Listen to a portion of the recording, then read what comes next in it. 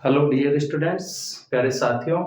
आर्य class YouTube channel के अंतर्गत मैं सभी का जो है बहुत बहुत स्वागत, वेलकम और अभिनंदन करता हूं। सभी विद्यार्थियों को मेरा नमस्कार। प्रिय विद्यार्थियों, साथियों, खुदी को कर इतना बुलंद कि खुदा तुमसे पूछे कि बता बंदे तेरी रजा क्या है। डियर स्टूडेंट्स, आपका जो सतत प्रयास है और लगातार जो मेहनत है, ये निश्चित रूप में जो है सफलता की ओर अग्रसर करेगी। मैं इस बात की उम्मीद करता हूं। रेगुलर आप स्टडी करते रहिए, लगातार अध्ययन आपका जारी रहना चाहिए, तो निश्चित रूप में जो है हमें सफलता प्राप्त होगी। प्रिय विद्यार्थियों, आज की क्लास का जो हमारा जो टॉपिक रहेगा वो कॉन्सेप्ट ऑफ द प्रॉपर्टीज, संपत्ति की अवधारणा से संबंधित हमारा जो है टॉपिक रहेगा। देखिए, मैं बता दूं आपको कि जो संपत्ति है, सबसे पहले अपन संपत्ति का अर्थ देखते हैं कि संपत्ति क्या होती है। तो संपत्ति का जो अभिप्राय है वो सीधा सा जो अभिप्राय है कि व्यक्ति का जो भौतिक वस्तु पर जो स्वामित्व होता है। कौन सी वस्तु पर? भौतिक वस्तु पर स्वामित्व या नियंत्रण, जिसको समाज के द्वारा मान्यता प्रदान की जाती है, क्या कहलाते हैं? संपत्ति कहलाता है। क्या कहलाता है? संपत्ति कहलाता है। ठीक है ना। तो इसका जो अर्थ है क्या हुआ कि व्यक्ति का भौतिक वस्तु पर स्वामित्व या नियंत्रण, जिसको समाज के द्वारा उसको मान्यता प्रदान की जाती है, क्या कहलाती है? संपत्ति कहलाती है। डियर स्टूडेंट्स, इसके संदर्भ में और महत्वपूर्ण अपन कथन देखते हैं कि कौन से विद्वान ने संपत्ति के संदर्भ में क्या कहा है। तो सबसे पहले अपन जो बात करेंगे लास्की के अनुसार। किसके अनुसार? लास्की के अनुसार। किसके अनुसार? लास्की के अनुसार। लास्की क्या कहते हैं? लास्की कहते हैं कि संपत्ति का स्वामित्व, पूंजी पर नियंत्रण, संपत्ति का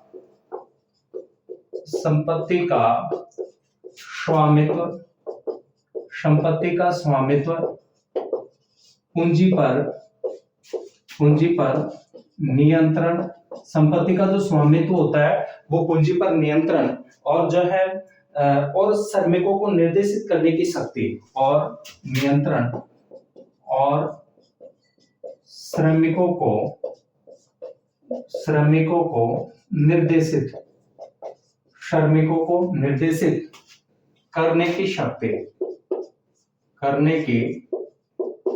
श्रमिकों को निर्देशित करने की जो पावर है, शक्ति है, वह सुनिश्चित करता है। शक्ति क्या करता है? सुनिश्चित करता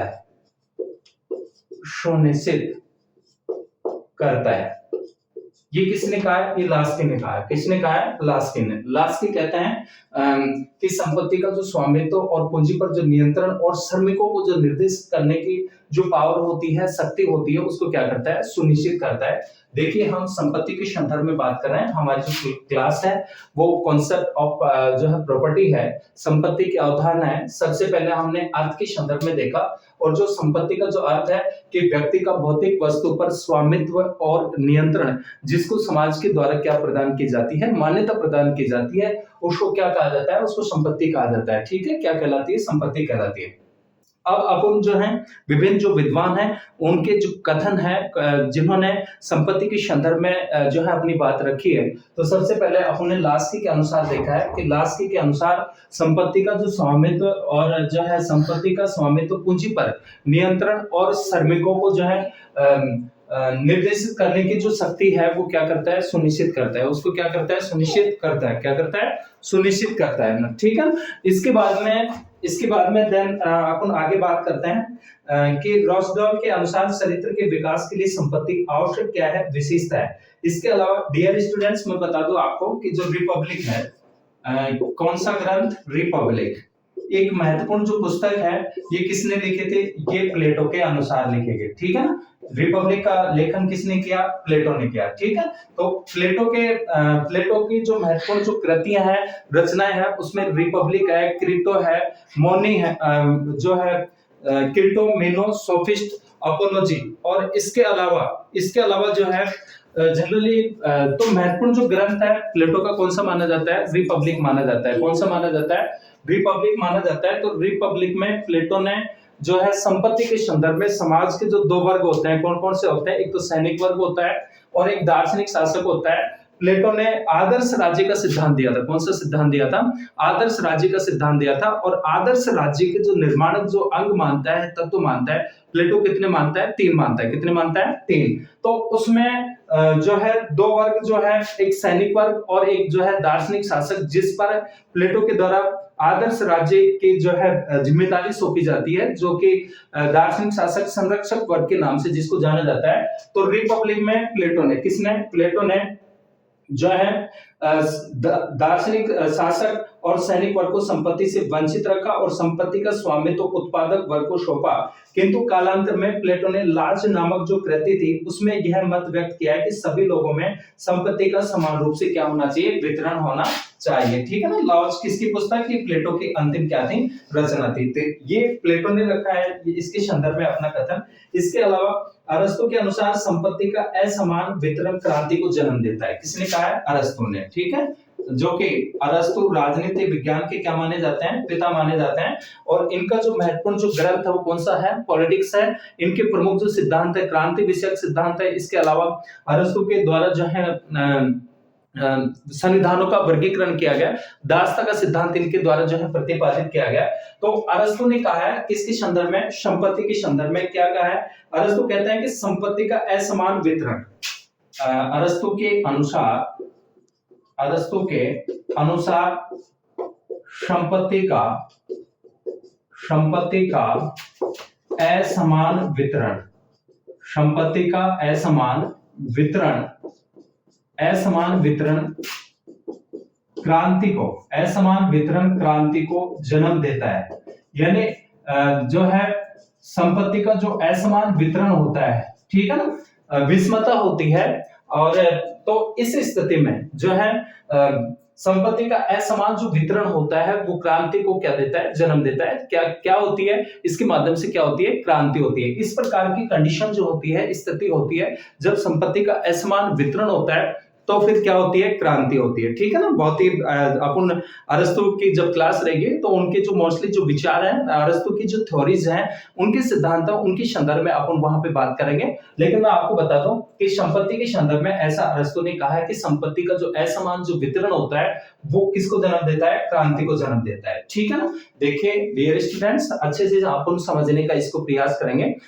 जो संपत्ति की जो अवधारणा है, कॉन्सेप्ट जो है, सबसे पहले आपने अर्थ की बात की है। अर्थ में हमने देखा है कि व्यक्ति का भौतिक वस्तु पर स्वामित्व और नियंत्रण जिसको समाज के द्वारा क्या प्राप्त होती है, मान्यता प्राप्त होती है, क्या कहलाती है, संपत्ति कहलाती है। फिर उसके बाद में आप उन कथन देख रहे हैं कि महत्वपूर्ण जो विद्वान रहे हैं उन्होंने संपत्ति के संदर्भ में कौन कौन से कोट्स दिए हैं, कौन कौन से उनके कथन हैं। तो सबसे पहले आपने लास्की को देखा है। तो लास्की के अनुसार संपत्ति का स्वामित्व और पूंजी पर नियंत्रण और श्रमिकों को निर्देशित करने की जो शक्ति है वो क्या करता है, सुनिश्चित करता है। इसके अलावा अब उन्होंने जो है प्लेटो के संदर्भ में देखा है कि प्लेटो ने अपनी जो महत्वपूर्ण जो रचना है, उनकी जो पुस्तक थी रिपब्लिक में जो है जो राज्य के आदर्श राज्य के जो निर्माणक वर्ग हैं और 3 वर्ग मानता है। एक तो दार्शनिक शासक, एक जो है सैनिक वर्ग और जिसके ऊपर राज्य की सुरक्षा का भार होता है, और तीसरा जो है उत्पादक वर्ग।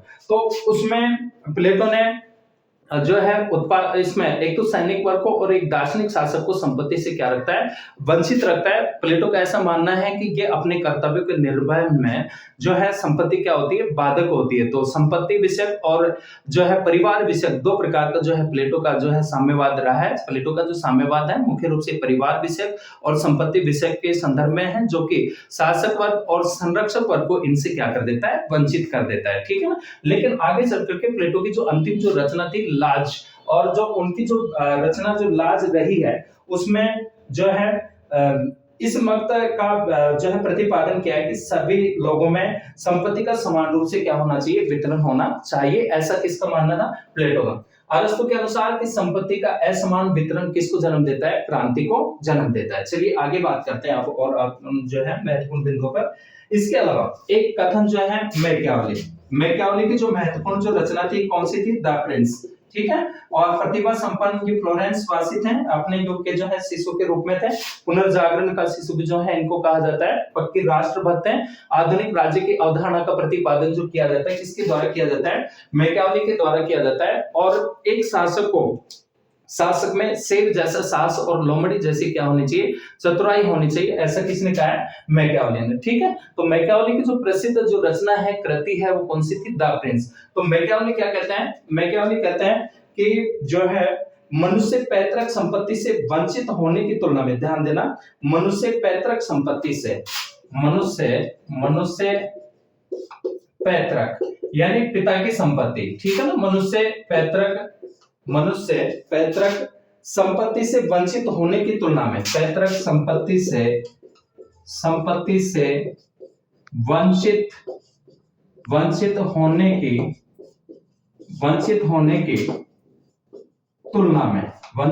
की तुलना में जो है पिता की मृत्यु को अधिक आसानी से भूल जाता है। तुलना में पिता की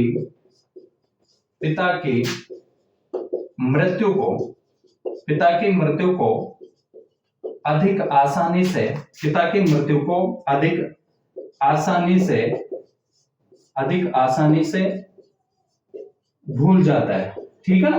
अधिक आसानी से क्या करता है, भूल जाता है। ऐसा कौन लिखता है, किसने कहा है, मैकियावेली ने कहा है कि जो मनुष्य होता है वो पैतृक संपत्ति से वंचित होने की तुलना में कि इसको नहीं भूल पाता है, जबकि जो है अपने पिता की मृत्यु को अधिक आसानी से वह क्या कर देता है, भूल जाता है।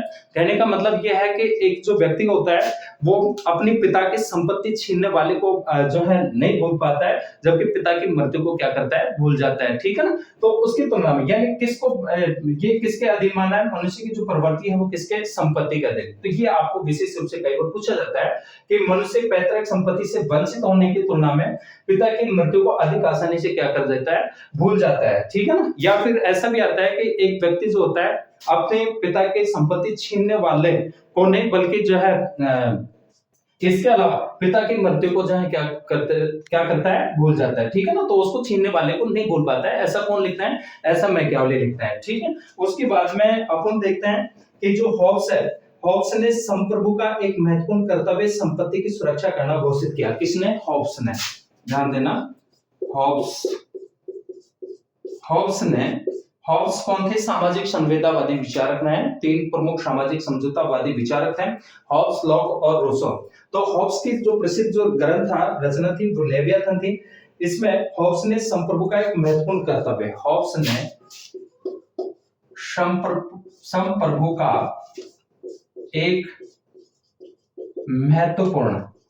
संप्रभु का एक महत्वपूर्ण कर्तव्य जो है, संप्रभु का एक महत्वपूर्ण कर्तव्य संपत्ति की सुरक्षा करना घोषित किया। कर्तव्य संपत्ति की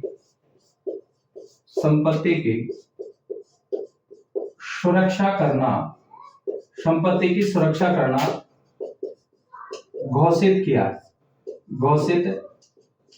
ठीक है।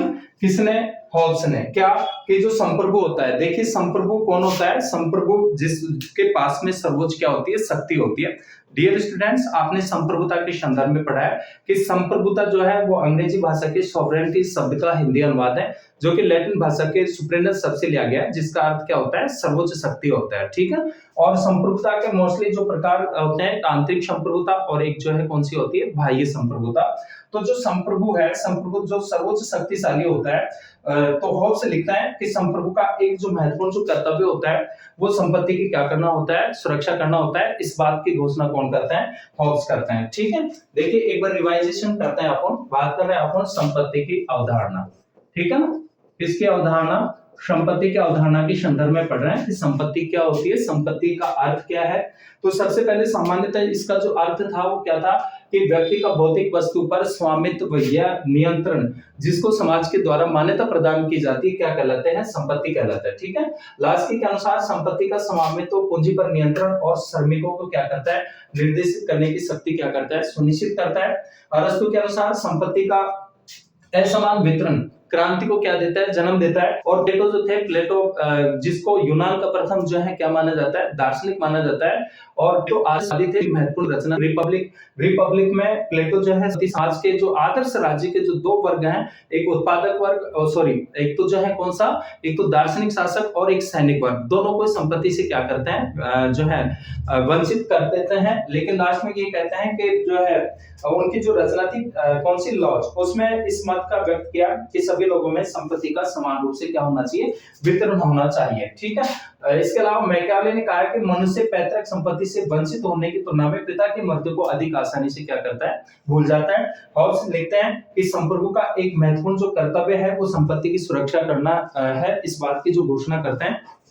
कौन करते हैं? इस बात की जो घोषणा करते हैं वो हॉब्स करते हैं, ठीक है ना, कि जो संप्रभु होता है, जो शक्तिशाली होता है, सर्वोच्च जो शक्तिशाली होता है, उसका महत्वपूर्ण ड्यूटीज होती है, कर्तव्य होता है क्या, कि संपत्ति की क्या करना, सुरक्षा करना। ये इस बात की क्या करते हैं, घोषणा करते हैं, ठीक है। अब अपन इसके प्रमुख दृष्टिकोणों के संदर्भ में बात करेंगे, ठीक है, संपत्ति के प्रमुख दृष्टिकोण।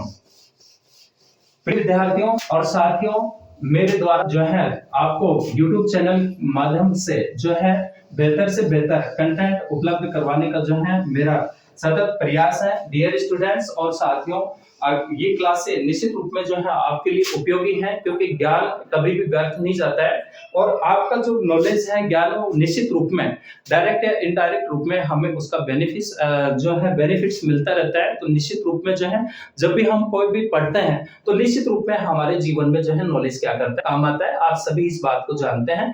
तो डियर स्टूडेंट्स, मुझे और अधिक मोटिवेट करने के लिए जो है आपका लाइक, सब्सक्राइब और शेयर, ये मेरे लिए महत्वपूर्ण है। तो ज्यादा से ज्यादा जो है लाइक को शेयर कीजिएगा, सब्सक्राइब कीजिए, और जो है इस बात के मैं आपसे जो है उम्मीद करता हूं। तो निश्चित रूप में डियर स्टूडेंट्स, मुझे और मोटिवेट मिलेगा, और आपके लिए बेहतर से बेहतर जो कंटेंट है, अच्छे अच्छे जो टॉपिक्स हैं, वो YouTube के माध्यम से मैं अपलोड करने का जो है मेरा क्या रहेगा, प्रयास रहेगा, ठीक है।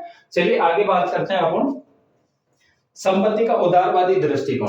अब बात करेंगे इसकी दृष्टिकोण की। तो संपत्ति का सबसे पहले अपन बात करते हैं संपत्ति का उदारवादी दृष्टिकोण। कौन सा दृष्टिकोण? उदारवादी दृष्टिकोण, ठीक है। संपत्ति का जो उदारवादी जो दृष्टिकोण है, देखिए इसमें कि उदारवाद के प्रमुख प्रवर्तक जॉन लॉक, उदारवाद का जो प्रवर्तक है या जन्मदाता है, उदारवाद का प्रवर्तक किसे माना जाता है? जॉन लॉक को माना जाता है। प्रवर्तक किसको माना जाता है? जॉन लॉक, ठीक है, जिनकी प्रसिद्ध करती थी शासन पर 2 निबंध, जॉन लॉक, ठीक है। इसके अलावा सही समता पर पहला पत्र है, दूसरा पत्र है। तो इनकी जो कृति थी शासन पर 2 निबंध, और जॉन लॉक को जो है उदारवाद का क्या माना जाता है? जनक माना जाता है। सामाजिक संवेदनावादी विचारक के रूप में थे। आधुनिक समय में सामाजिक संवेदनावादी विचारक के रूप में कौन कौन है? हॉब्स है, लॉक है, और कौन है? रूसो है, ठीक है। तो उदारवाद का जो प्रवर्तक है जॉन लॉक, इन्होंने 3 जो है अधिकारों को प्राकृतिक अधिकारों की श्रेणी में रखा। तो जॉन लॉक ने जीवन, स्वतंत्रता और संपत्ति के अधिकार को, जॉन लॉक ने स्वतंत्रता, संपत्ति व समानता, कौन कौन से अधिकार को? स्वतंत्रता, संपत्ति और जो है कौन कौन से अधिकार हो गए? एक तो स्वतंत्रता का अधिकार, एक संपत्ति का अधिकार, और एक जो है जीवन का अधिकार। कितने अधिकारों की बात करते हैं? 3 अधिकारों की बात करते हैं। तो जॉन लॉक ने जीवन, स्वतंत्रता और संपत्ति के अधिकार को, इनको प्राकृतिक श्रेणी में, प्राकृतिक अधिकारों की श्रेणी में रखते हैं। कौन से अधिकारों की श्रेणी में? प्राकृतिक अधिकारों की श्रेणी में, ठीक है। कौन से अधिकार माने हैं? प्राकृतिक अधिकार माने हैं। जॉन लॉक ने सबसे पहले 3 प्राकृतिक अधिकारों की बात की है, स्वतंत्रता का अधिकार, संपत्ति का अधिकार, और कौन सा? जीवन का अधिकार। तो इनको प्राकृतिक अधिकारों की श्रेणी में रखा, और लॉक के अनुसार संपत्ति का राज्य की उत्पत्ति से पहले प्रचलित था। जो संपत्ति का जो अधिकार था, यानी जो तीनों जो अधिकार थे राज्य की उत्पत्ति से पहले क्या थे? प्रचलित हैं।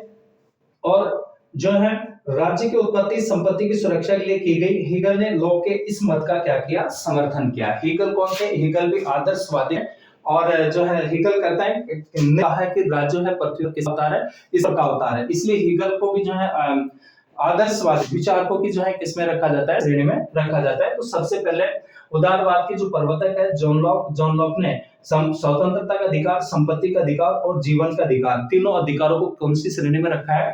प्राकृतिक अधिकारों की श्रेणी में रखा है। और ये कहा है कि राज्य की जो उत्पत्ति हुई है वो संपत्ति की रक्षा के लिए की गई है। हीगल ने लॉक के इस मत का समर्थन किया। लॉक ने संपत्ति के अधिकार को कानूनी सहमति के नहीं उसे कर लगा,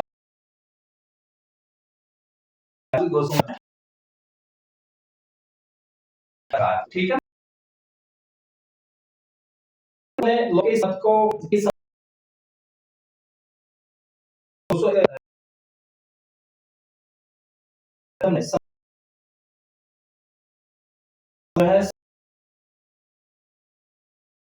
रक्षा यह नहीं सुझाव समानता और तो इस तरह से जो है श्रेणियों में रखा जा सकता है। 30 श्रेणियों में जो है हम उनसे संपत्ति के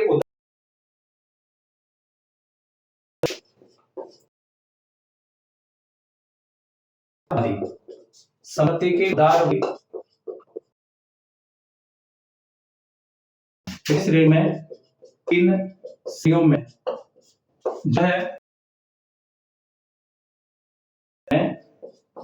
रखा जा सकता है, श्रेणियों में रखा जा सकता है, 3 श्रेणियों में रखा जा सकता है। देखिए एक तो जो है प्राकृतिक अधिकार का सिद्धांत। कौन सिद्धांत?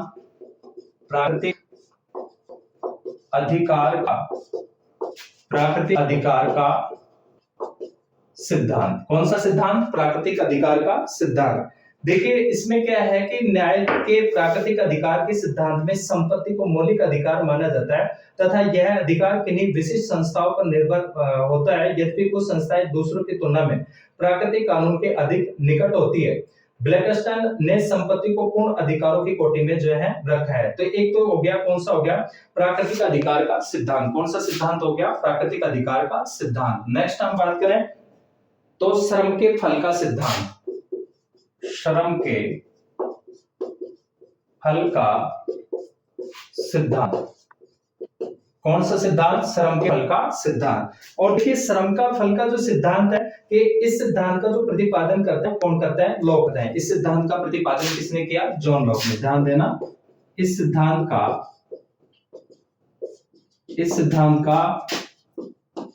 प्रतिपादन, इस सिद्धांत का प्रतिपादन किसने किया? लॉक ने किया। ठीक है, कौन करते हैं? लॉक करते हैं। और जो है उनके अनुसार प्रकृति प्रदत्त वस्तु के साथ जब व्यक्ति का श्रम जुड़ जाता है तो वह उस व्यक्ति की संपत्ति हो जाती है। लॉक ने यह मत दिया कि व्यक्ति को श्रम के केवल उन्हीं उत्पादनों पर आधिपत्य होना चाहिए जिनका वह उपयोग कर सकता है। और लॉक की दृष्टि में संपत्ति श्रम का फल थी, इसलिए उसने संपत्ति की ऐसी संकल्पना स्वीकार नहीं की जिसके अनुसार कुछ विशेष मनुष्य इतनी संपदा है वो संपदा एकत्रित कर लें और शेष समाज दीनहीन और दरिद्र हो जाए। लॉक के द्वारा प्रतिपादित सिद्धांत पर मुख्य रूप से 2 तरह की कठिनाइयों में जो है संपत्ति के अधिकार पर प्रश्न चिन्ह लगाना अनिवार्य हो जाता है कि जब संपत्ति स्वयं आय का स्रोत बन जाती है, क्योंकि इस प्रक्रिया के तहत संपत्ति के स्वामी को अति अल्प श्रम करना पड़ता है, दूसरे के श्रम के बल पर उसकी संपत्ति में क्या होता है? वृद्धि हो जाता है। जब सामाजिक निवेश के उपरांत निजी संपत्ति के स्वामियों को अपरिमित लाभ होता है, जबकि वह लाभ समाज को प्राप्त होना चाहिए। उपयुक्त समस्याओं में ही समाजवादी सिद्धांत की प्रासंगिकता सिद्ध होती है। और समाजवादी चिंतन के अनुसार संपत्ति 2 तरह की होती है। एक संपत्ति वह जिसे श्रम का फल माना जाए और दूसरी वह जो उत्पादन के साधनों के स्वामित्व में लक्षित होती है। अतः ऐसे स्वामित्व का कठोर विनियमन सामाजिक न्याय की प्रथम क्या है? शर्त है। एडम स्मिथ का मत था कि संपत्ति पर राज्य का कोई प्रतिबंध नहीं लगाना चाहिए। विलियम गॉडविन के अनुसार संपत्ति सामाजिक और नैतिक बुराई की जड़ है, इसे समाप्त कर देना चाहिए। प्रूदो के अनुसार संपत्ति चोरी है। ध्यान देना, किसने कहा है? प्रूदो के अनुसार। ठीक है ना, ये काफी बार क्वेश्चन आता है कि संपत्ति चोरी है। प्रूदो के अनुसार संपत्ति क्या है? चोरी है। वही उसकी दृष्टि समाज दायित्व का सिद्धांत। जो तीसरा सिद्धांत है सामाजिक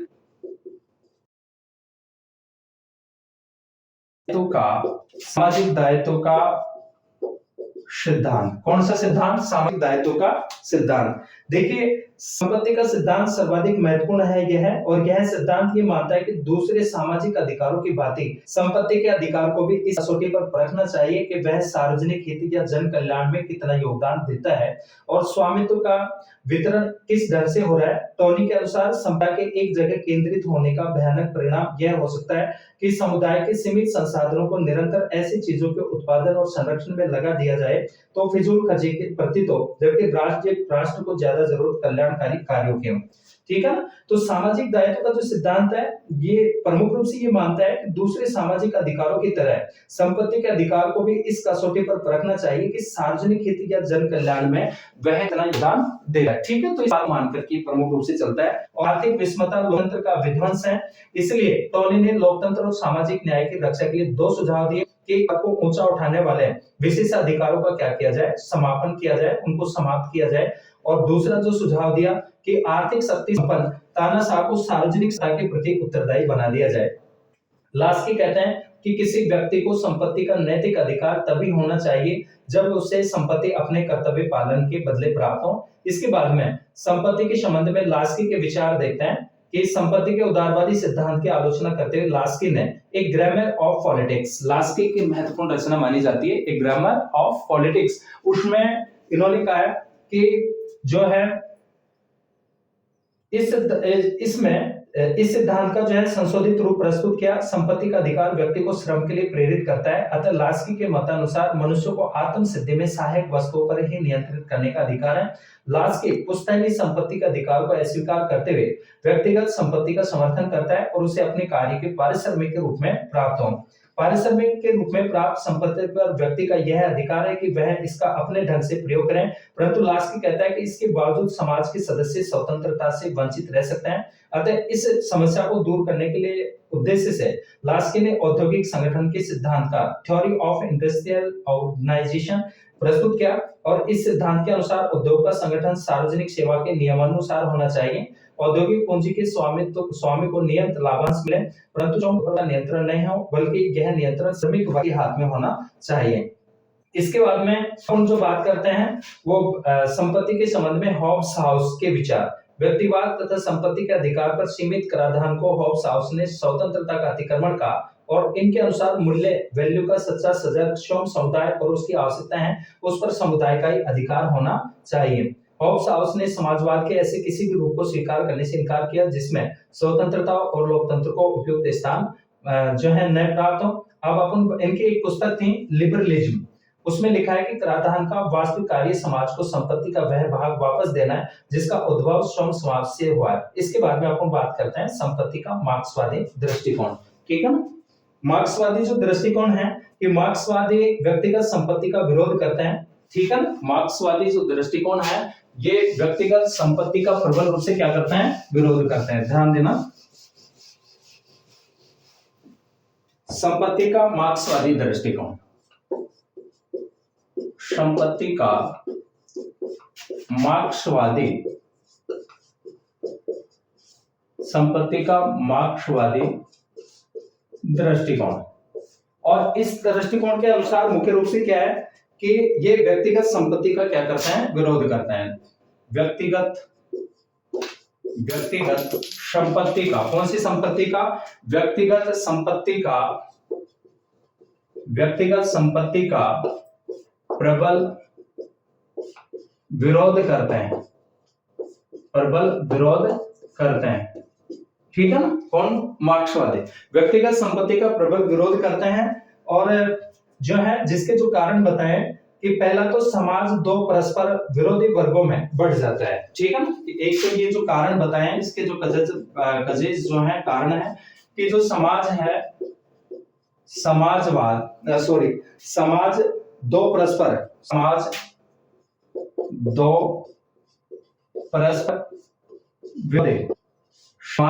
परस्पर विरोधी वर्गों में बट गया। ठीक है, ऐसे जो है दो परस्पर विरोधी वर्गों में,